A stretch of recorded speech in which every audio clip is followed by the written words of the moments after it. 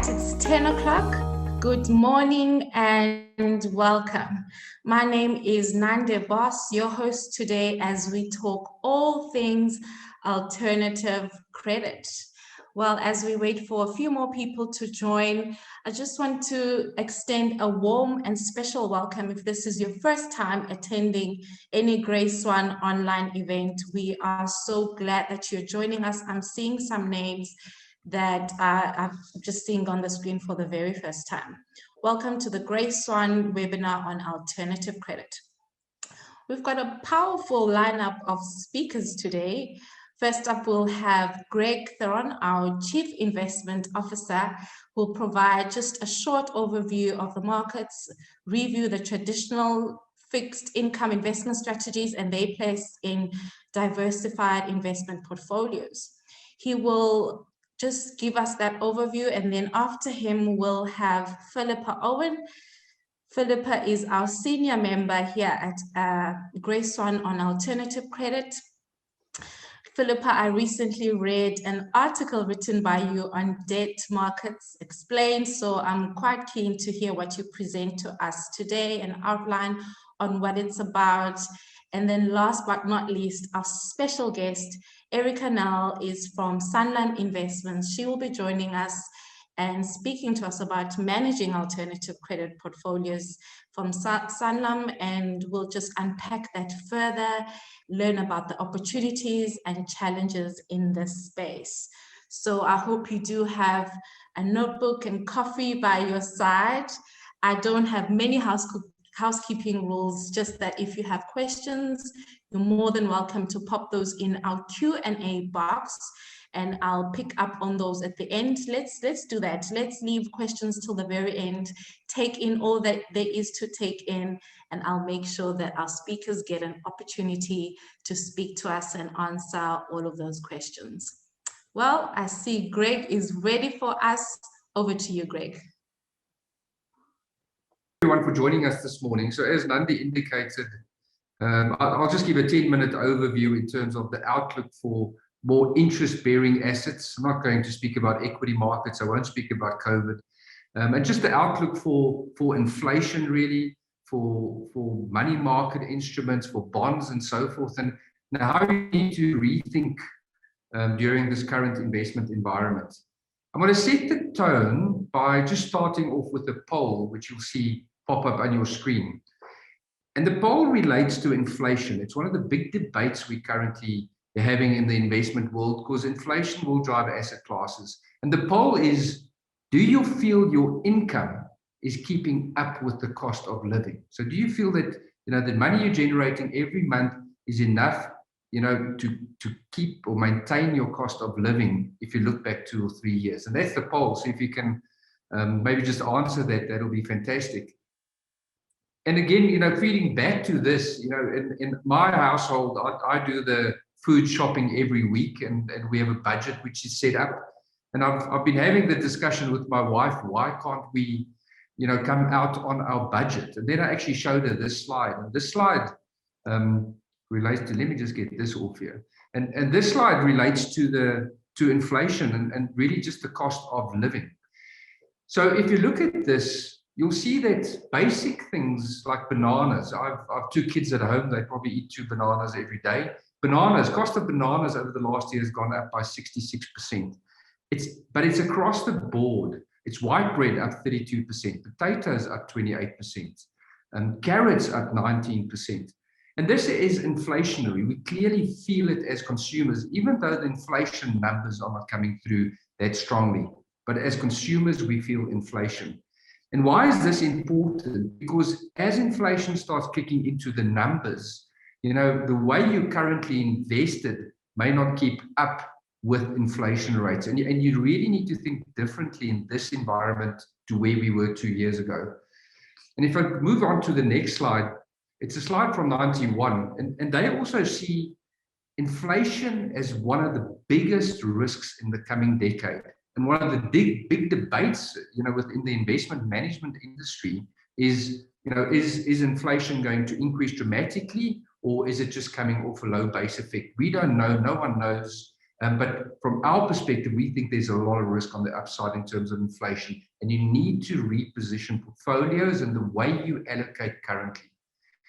And this slide shows you historically how cash have done. So cash is indicated there by the blue line, which is Steffi, as you can see there, relative to zero. So historically, cash has given you roughly 8% over the long time, if you look over the last 20 years. And if you look over the last 4 years, excluding the COVID-19 crisis, cash has yielded you roughly 8%, which has been a great return. And inflation was relatively low at that point in time. And the key is to look at cash versus inflation over time. And this graph shows you when the blue line is above zero, it shows you that cash yields are outperforming inflation. So there's periods in time where cash is a very good investment and it does outperform inflation. But you do go through periods where you will underperform inflation. And we are in exactly this environment currently. At the end of the slide, you can see how cash rates have come down dramatically due to global reserve banks cutting interest rates due to the COVID-19 pandemic. And the question now is, well, 2 years ago, you could get roughly inflation plus 4 to 4.5% out of cash. Those days are gone. We are seeing inflation increasing, and therefore you need to relook your investment strategy and look at other asset classes.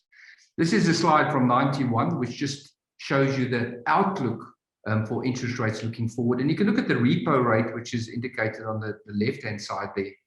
And the point behind the slide is that interest rates are not going to move up very quickly. We're going to see inflation increasing. We've already starting to see that. And if you've also looked at the US Fed, Jay Powell has indicated that they will let inflation run. And even if it runs hot before they start increasing interest rates. And therefore, our view is that cash will underperform inflation in this next environment, whether it's 3 or 4 years, and you need to make a strategic change. Again, from 91, it just shows you the expected return over the next 12 months, and the expected return is 3.7%. If you think that the Reserve Bank targets inflation plus 4.5%, and we still think that inflation would overshoot that probably as this base effect kicks in. But there's also risks of the rand weakening. There's various risks globally. And therefore, we think you need to change your strategy. So from that perspective, we know that South African government bonds are yielding roughly 9.1% at the moment. So you can get 4 to 5.5% real, meaning outperforming inflation from South African bonds. But the risk in bonds is that inflation increases dramatically and Reserve Bank starts hiking interest rates quicker than expected. And you can see this happen during the 2006-2007 cycle. And the gray line indicates from a 12-month rolling perspective how bonds actually struggle during that period. And we could go into this environment. So yes, you should be holding South African bonds. The yields are very lucrative, but you also need to look at something else because of the duration risk within these portfolios if interest rates start rising.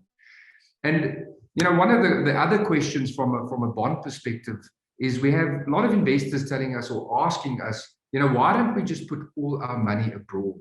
Because you're worried about the South African risk. And this graph just shows you 10-year US tips, so United States tips, versus the South African 10-year real yield. And the point behind this slide is that buying South African bonds yields you roughly 7 to 8% more than you could be getting in US type bonds.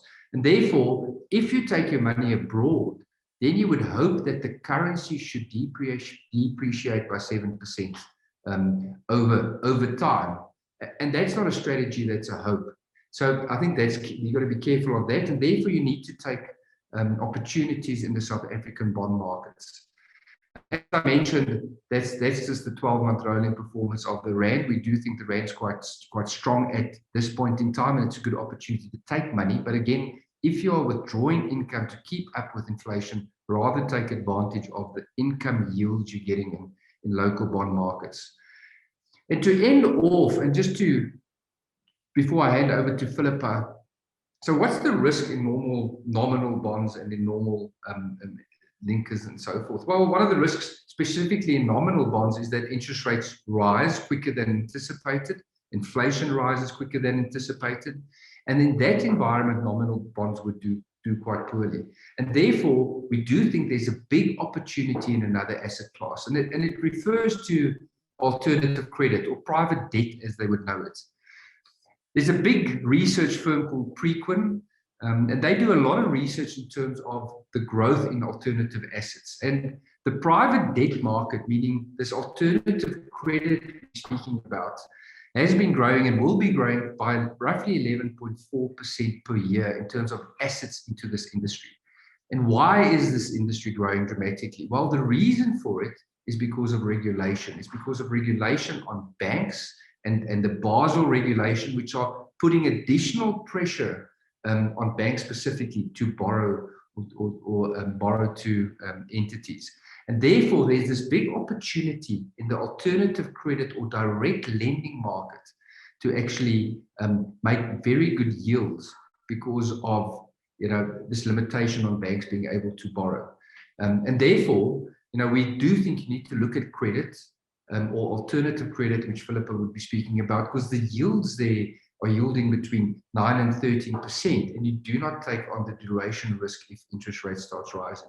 And therefore, I think it's a good asset class to look at. So on that note, I'll hand over to Philippa just to speak about alternative credit and the yields and outlook for the asset class. Thank you very much. Okay, great.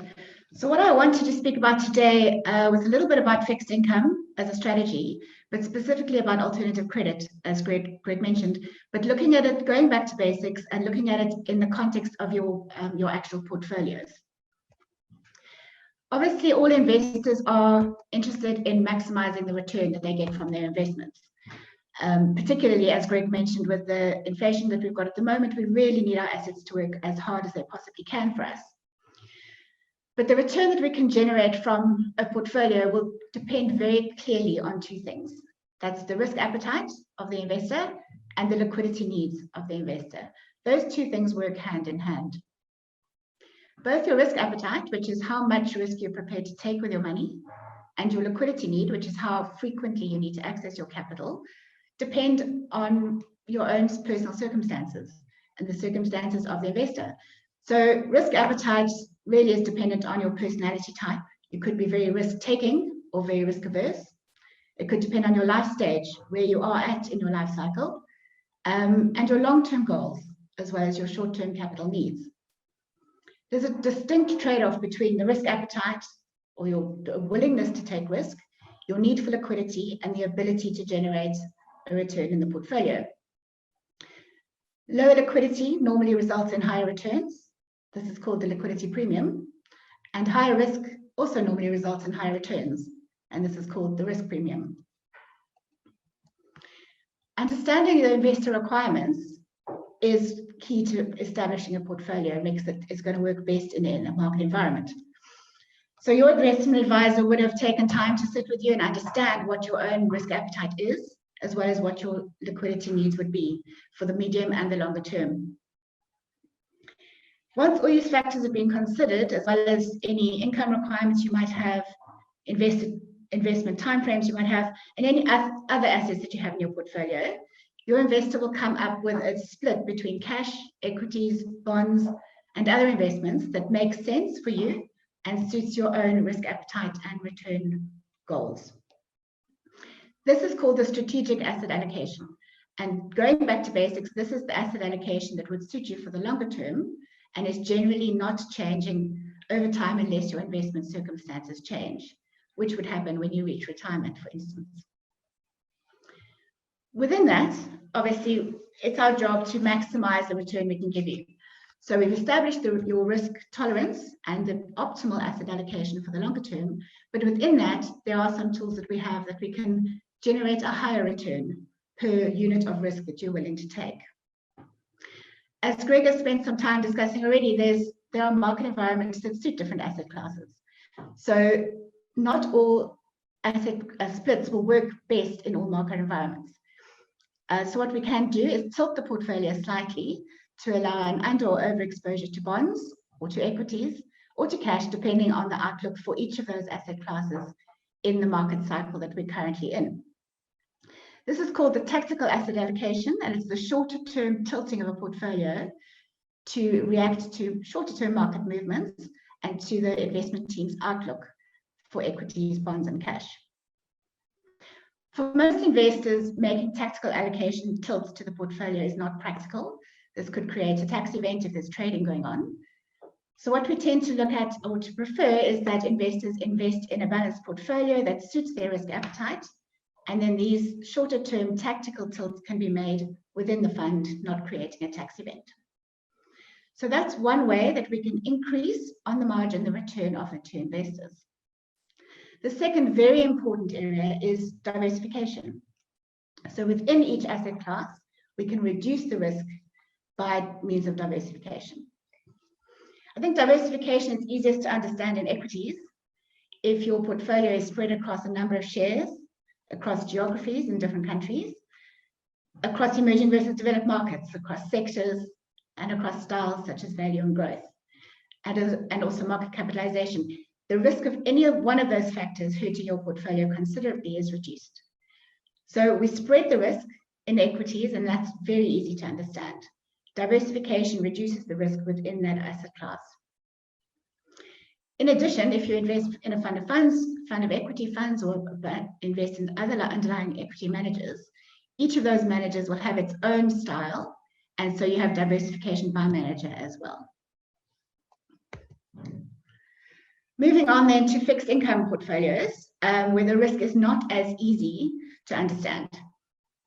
We've looked at some of these in the 2 recent articles we did concerning debt market instruments and alternative credit, that there are specific risks that come through in the fixed income markets. And the three predominant risks are interest rate risk, credit risk, and liquidity risk. So Greg mentioned the traditional fixed income funds actually have the highest interest rate risk. It's called duration, and the longer dated government bonds have the highest risk of interest rates changing. Greg also mentioned that in a relatively low yielding environment, and where the outlook is, or the yield curve is flatter, there's not much compensation for holding longer dated bonds. So this becomes a less attractive place to be. And in terms of the traditional fixed income funds, the interest rate risk is quite hard to diversify away. Credit risk, that's the most important one we're probably going to look at today. Credit risk is the risk of, for shorter dated corporate bonds, is the risk of that company not being able to pay back the loans that they have taken out. So it's a credit risk is the risk specific to that company, and it has to do with their ability to pay back.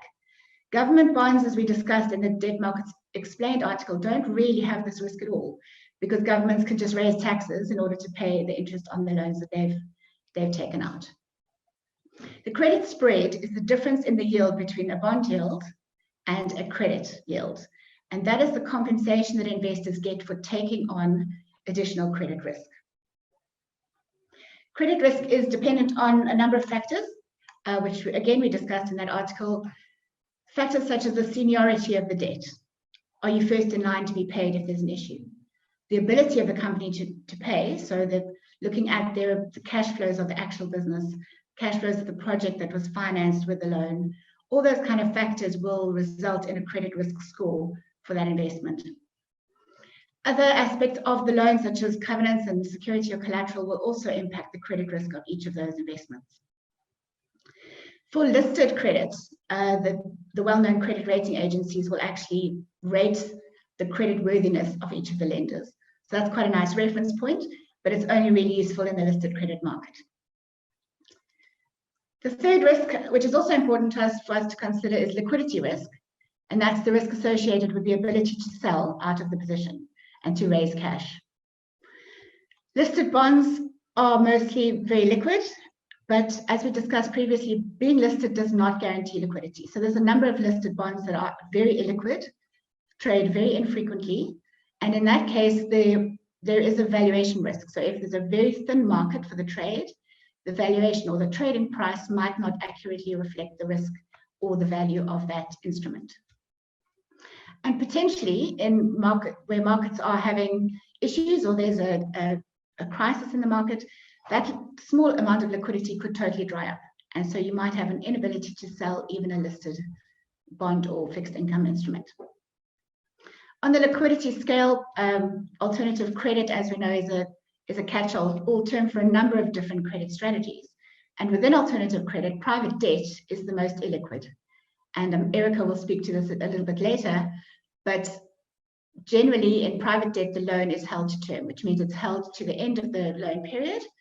The investor gets the income from the loan or the cash payments, and then the loan is terminated with the return of the capital.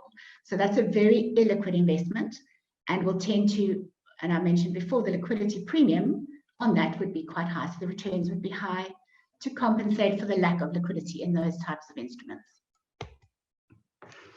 So how do we diversify fixed income portfolios? As I mentioned with equities, this is quite easy. It's not that different with debt markets. So we can diversify by geographies and sectors. Greg was looking at whether it's better to invest in US bonds or South African bonds. That's the kind of diversification by geography that we're talking about. You can diversify by duration. So duration risk is the interest rate sensitivity. And if you have a portfolio that has a mix of different durations, that interest rate risk will be reduced considerably. And again, on the credit side, you can diversify the portfolio by seniority, by credit, by actual lenders, borrowers, by the types of instruments, and by the liquidity of those instruments. And the scheme below just shows the different types of debt that you can see and the investment risk and return.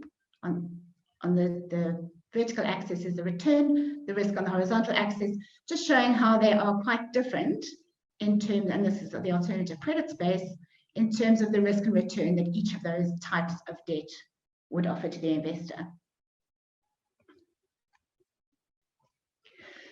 So looking more at alternative credit, and within that, as I say, private debt, which is a subset of the alternative credit strategies that we're looking at the moment.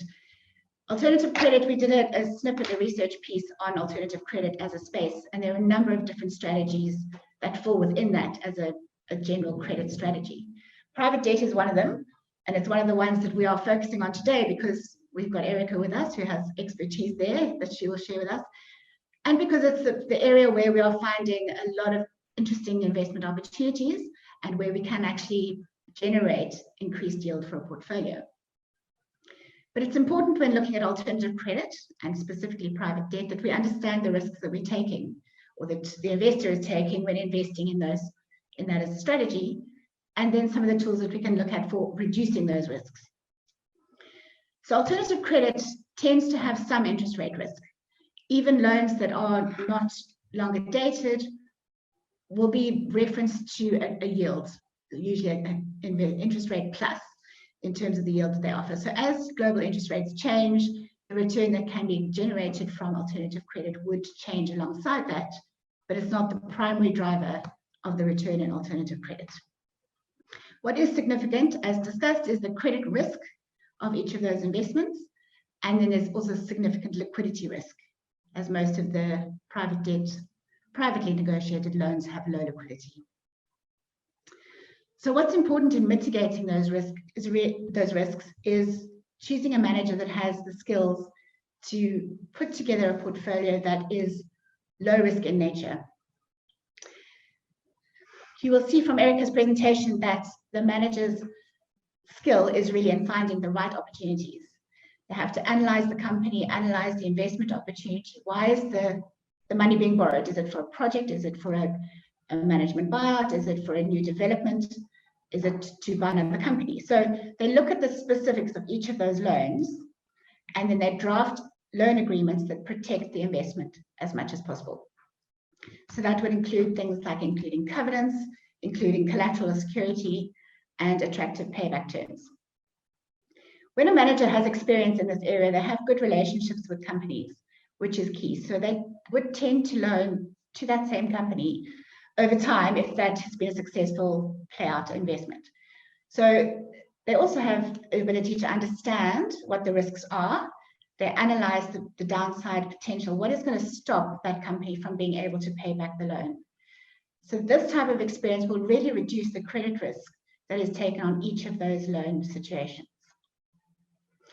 Manager skill is also essential in terms of executing, so sourcing the right deals, executing them in terms of the legal documentation, the protection that provides to the investor, and then ongoing monitoring of each of those underlying investments.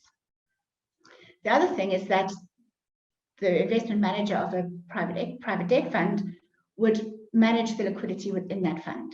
So they would monitor each of those loans, and as those roll off, they would put new loans on and ensure that the portfolio as a whole has liquidity within the duration of each of those loans. So reducing the risk of an alternative credit or private debt as a subsector of that would be, in alternative credit, we would reduce the risk of a credit strategy by having a number of different investment types and derivative debt instruments that are within that portfolio. So liquidity risk is managed by investing in a mix of traditional and fixed income hedge or private debt portfolios. So if you combine those strategies, you have a better liquidity mix. You don't only have the less liquid private debt in your investment. Each of the underlying portfolios is made up of a number of different investments, as I've just discussed, and each of those investments would have different durations. So the liquidity and the credit risk is reduced within an underlying portfolio. You would reduce the credit risk because the manager has put skill into defining and executing those specific loans on the private debt side. And then you would diversify by investment specialism. So each of the underlying alternative credit managers would have a different area of specialization, whether that's market sector that they look at or the types of loans that they make to underlying investors. So this could be, one manager might have a more property flavor, another might have an infrastructure or special projects financing that they prefer to look at. So putting together managers that have different skills would also diversify the types of investments that are in the portfolio. So in the same way as investing in a fund of equity funds, investing in a fund of funds that is made up of fixed income and alternative credit portfolios would diversify your exposure to the fixed income space along all these risk areas that I've mentioned, but also would diversify your exposure by manager skill and style. So you can see that by doing this, by implementing an alternative credit strategy within a fund of funds type approach, would just take those specific identified risks and reduce them right down. Just to move on to a slightly different topic now, but still within the fixed income space, is environmental, social, and governance issues, ESG. It's a very hot topic for investors, and we take it very seriously at GraySwan. It's being implemented across our investment processes. We believe, you can see the quote here, that investing for positive ESG outcomes not only ensures a conscientious stewardship of the world we live in, but also results in a better long-term performance. And we really do believe this. And in our equity portfolios, we're spending quite a lot of time looking at the underlying managers and understanding their approach to ESG and how they implement it in their portfolios. ESG, though, is easier to implement in equities because shareholders have a say in the management of companies by proxy voting, and they can actively engage with management to change, whether that has to do with carbon footprints or governance issues, so remuneration of senior staff. Is remuneration aligned with good ESG outcomes? All these kind of issues pressure can be put on companies via equity shareholders when they are executing their proxy votes. In fixed income, this is obviously less easy to do.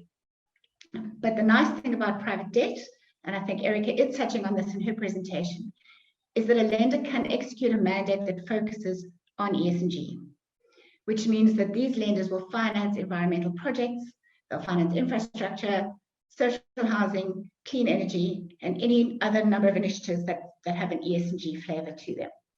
So that's quite nice because it's a dedicated ESG approach, which allows us to then build that in to a global ESG flavor across an investment portfolio. So one of the reasons we've been having these research articles, the snippets that we've done on debt markets explained, on the alternative credit strategy, are because we are working internally on doing a fund of funds that will invest across predominantly fund of funds, but will invest across these strategies to allow maximum benefit and diversification, and to really get a much better yield than you would get from traditional fixed income markets.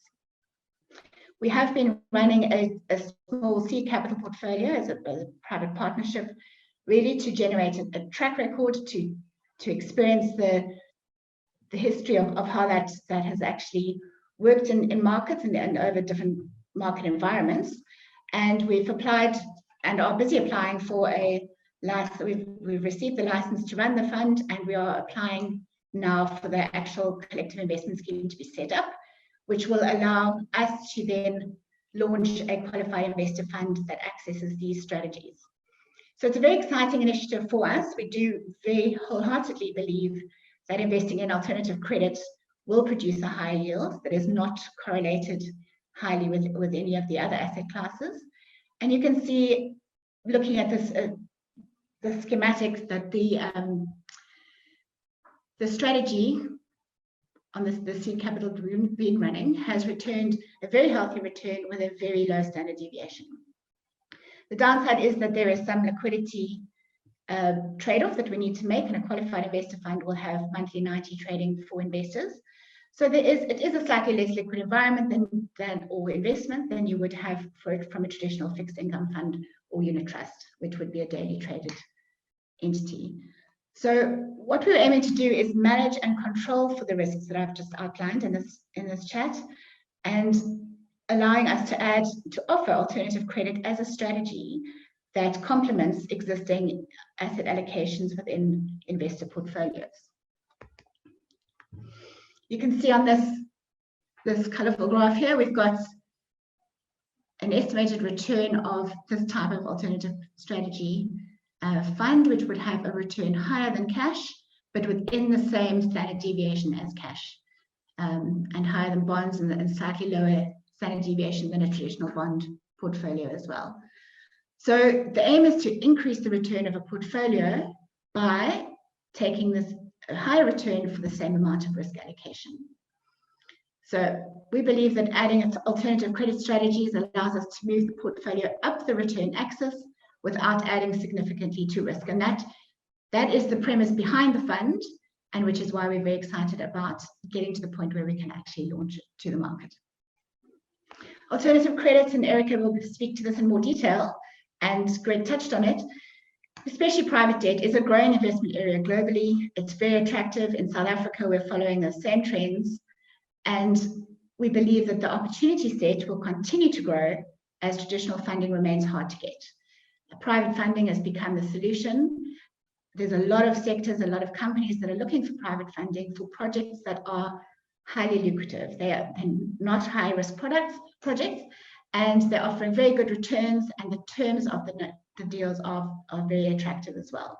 So we do believe that's an exciting space. We are very pleased to be packaging that with other alternative credit strategies to create a product that is lower risk and still offers those higher returns. So with that, I'm going to conclude my talk, and I'm going to hand over to Erica. Thank you. Thanks again to GraySwan for the opportunity to present or speak at this webinar. It's fantastic to be associated with GraySwan, and we're really looking forward to continuously building on this relationship. And to everyone that's joined us this morning, I see quite a lot of names that are familiar. Nice to see the names. Would have loved to see the faces, but thank you for dialing in. So yes, I'm a very extroverted female with a passion for this topic. So I think that's why Philippa put me at the end, because I can literally speak for hours about direct lending. But I'm going to try to keep to the just before 11 closing time for this session. But I'm very open for questions, and you can put it in the chat, and I'll get it from Nande afterwards. But for those of you who've got my email, you're welcome to drop me an email as well. So for today, I'm really going to focus on that very unique niche part of private debt.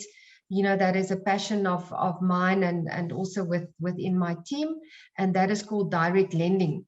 So thanks to Greg, or it was either in Greg or Philippa's presentation that there was a definition by Prequin, on exactly what direct lending is. So that set the scene already.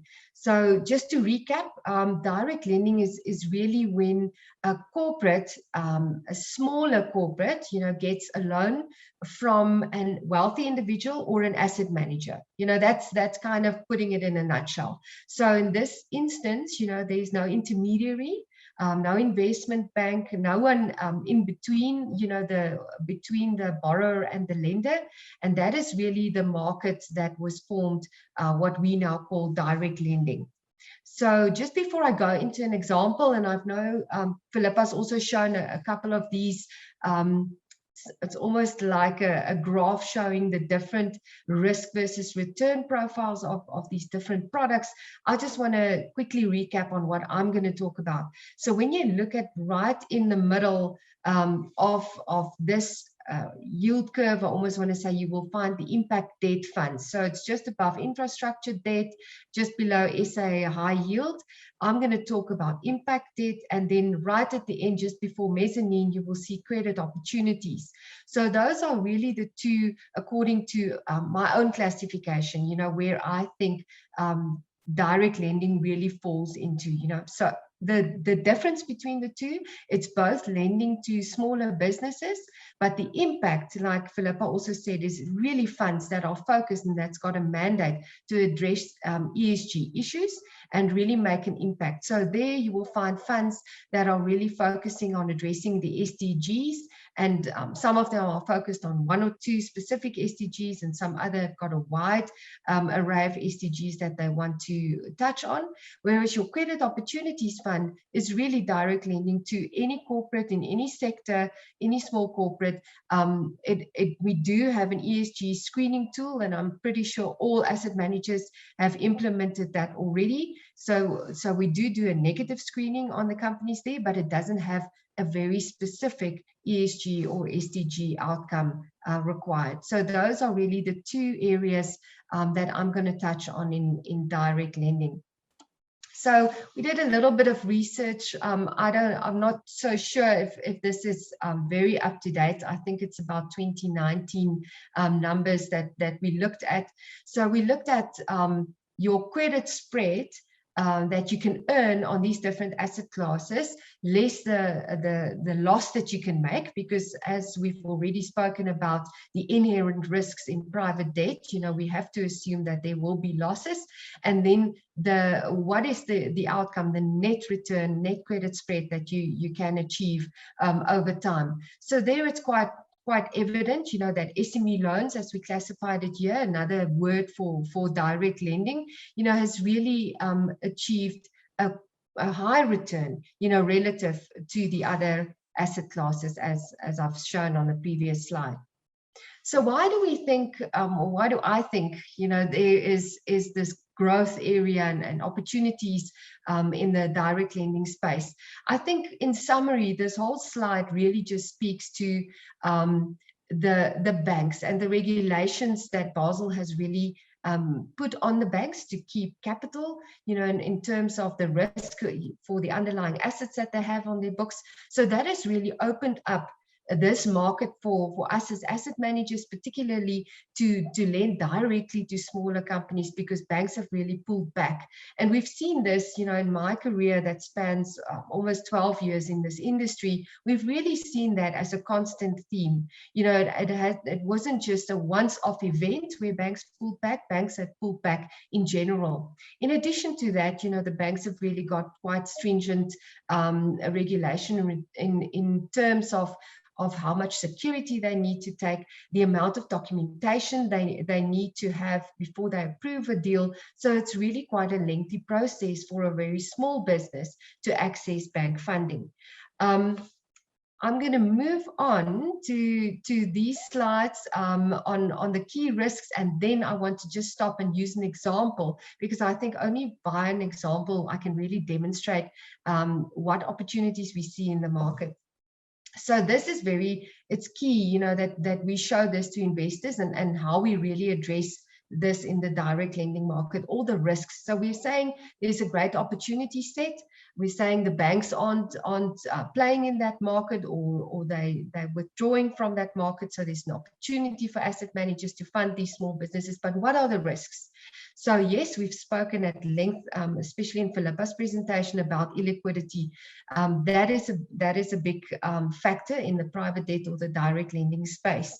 So the only way we can really manage that is to make sure that this direct lending portfolios have got a lower average maturity to their loans. So you can have in your portfolio loans that mature in 5 years, and it is really loans that are held to maturity. But then you have to make sure that you also have a mix of shorter term loans where, and I'm going to loosely use the word bridge finance, where a business requires funding for a short term period because they are entering into a deal, or there's a specific takeoff, you know, at the end of a short term period.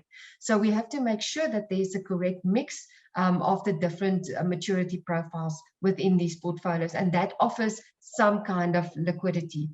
The other avenue that we also use to provide some liquidity to our investors is to make sure that all of these loans actually pays interest on a regular basis.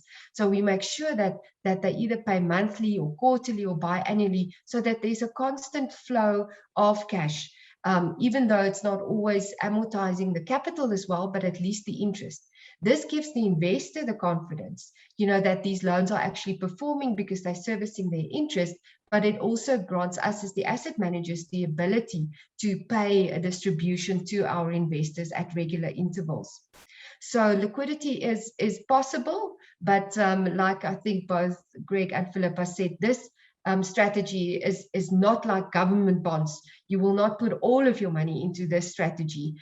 This is just one of those niche opportunities, you know, where you can outperform.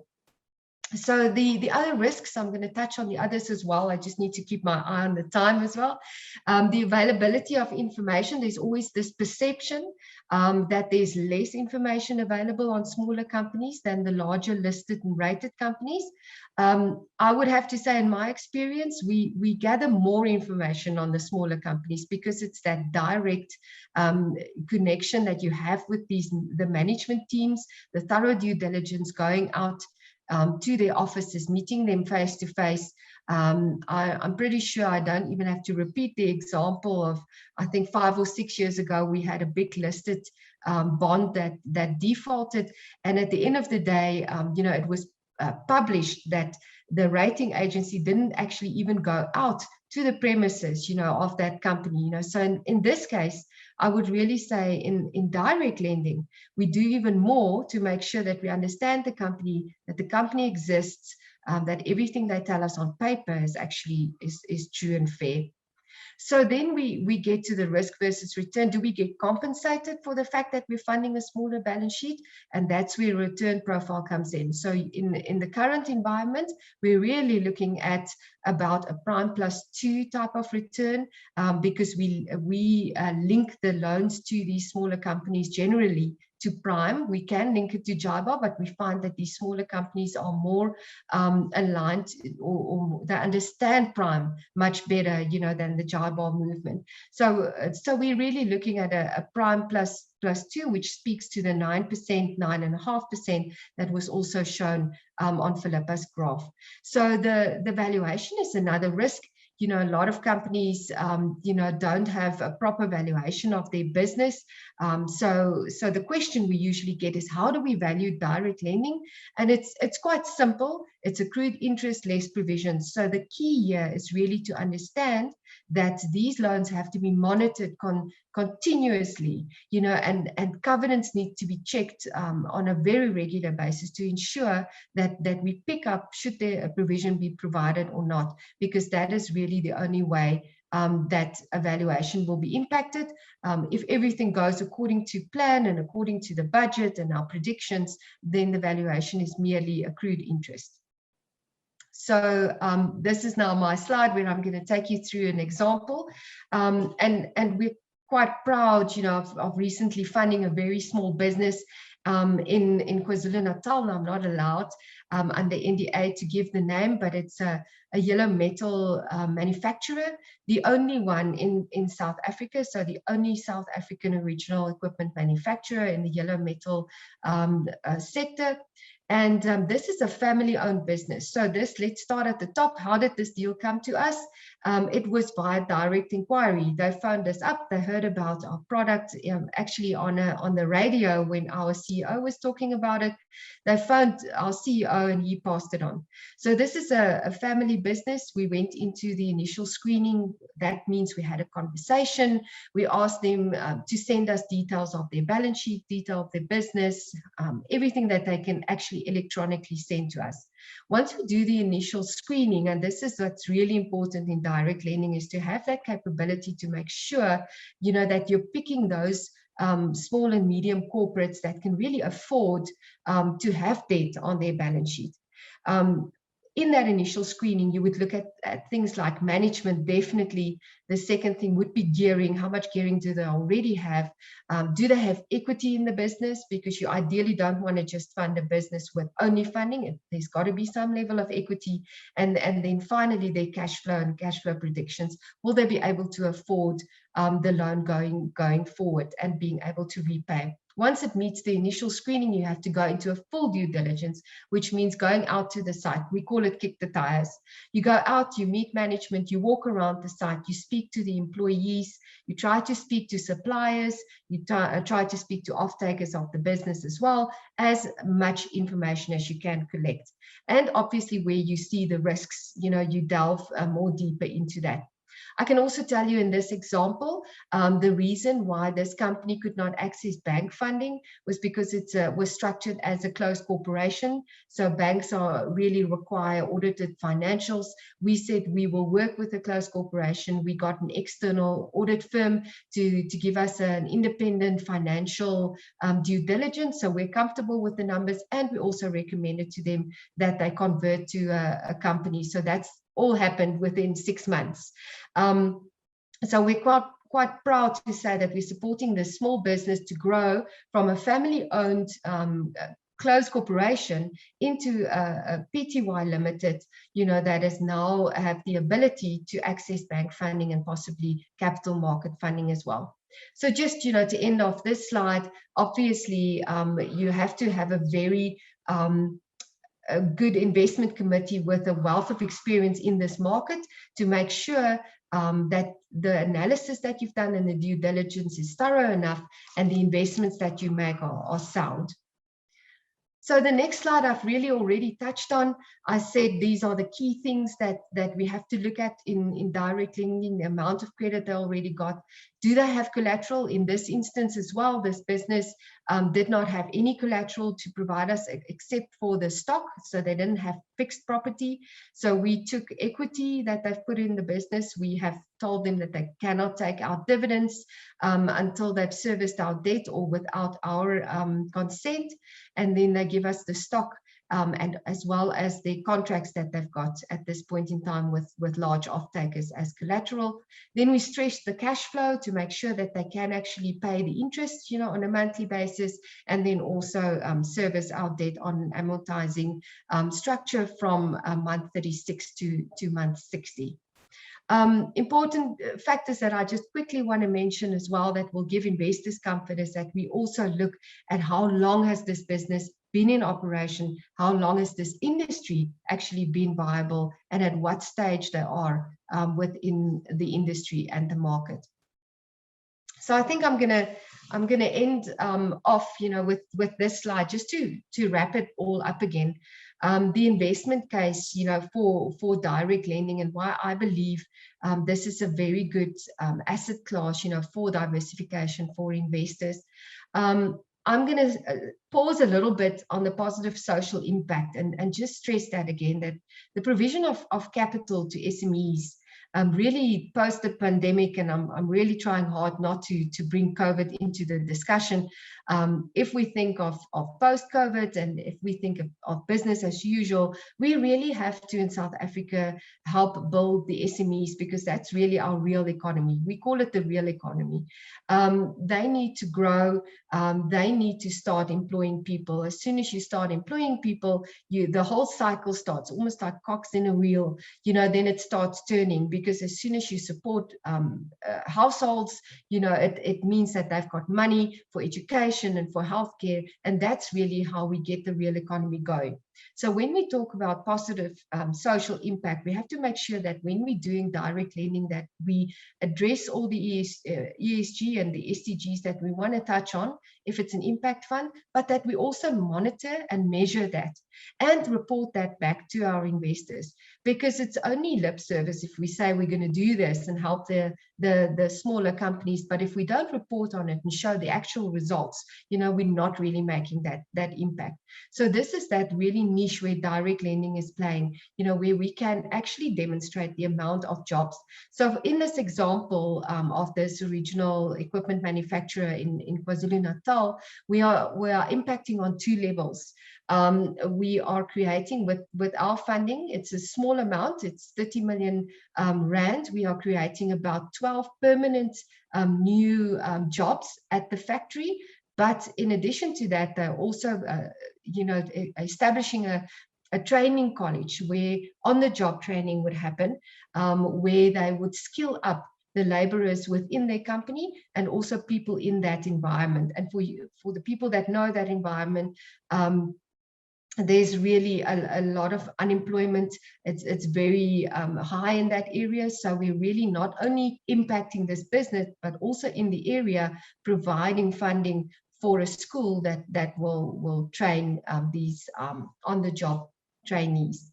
So to end off, we see at the bottom there the 4 pillars really of this positive impact and the support for the real economy. Why do we think investors should enter this? It's an attractive investment opportunity. I don't think I have to labor that point.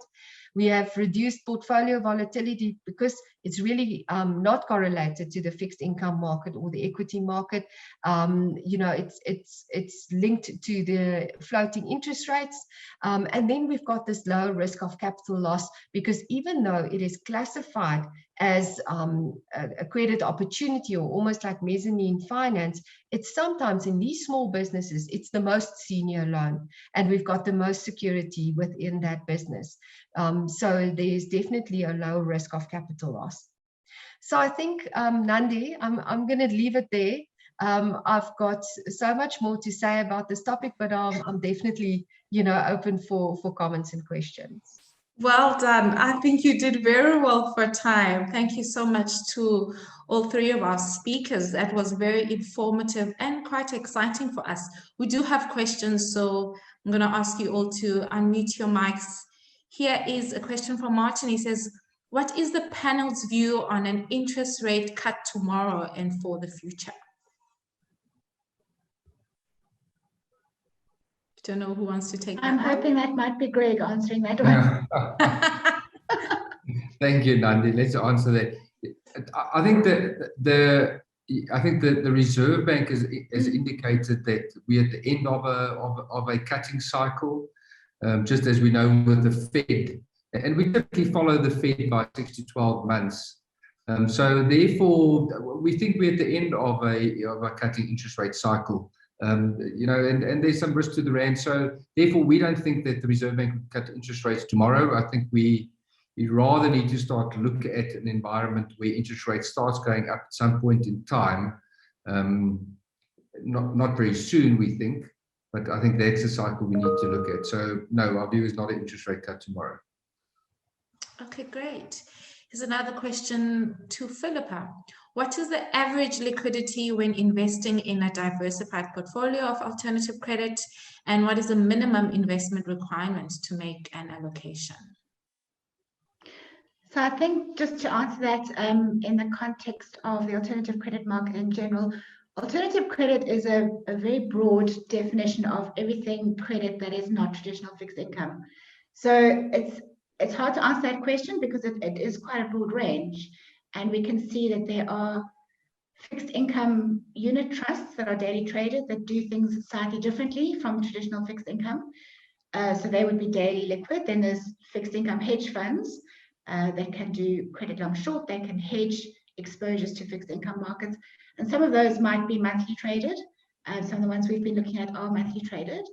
And then there are even more alternative credit in the private debt space. And the liquidity of those underlying portfolios can be quite diverse depending on the strategy. So Erica was saying that their underlying investments have a range of liquidity across the different credit investments or different loans.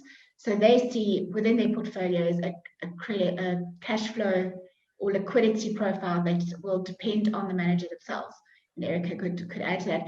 But when we put together a fund of alternative credit funds, like I was mentioning, we're looking to do, that would have to be registered as a collective investment scheme, which means we would then we are forced by the regulation to offer monthly 90 liquidity to investors. So that is what the investor in that fund of funds or that alternative credit fund would get once it's listed. That is by regulation, which means when managing that portfolio as the investment manager of it, we would select the underlying managers that provide a range of liquidity so that we can match the requirement of monthly 90 to the investor.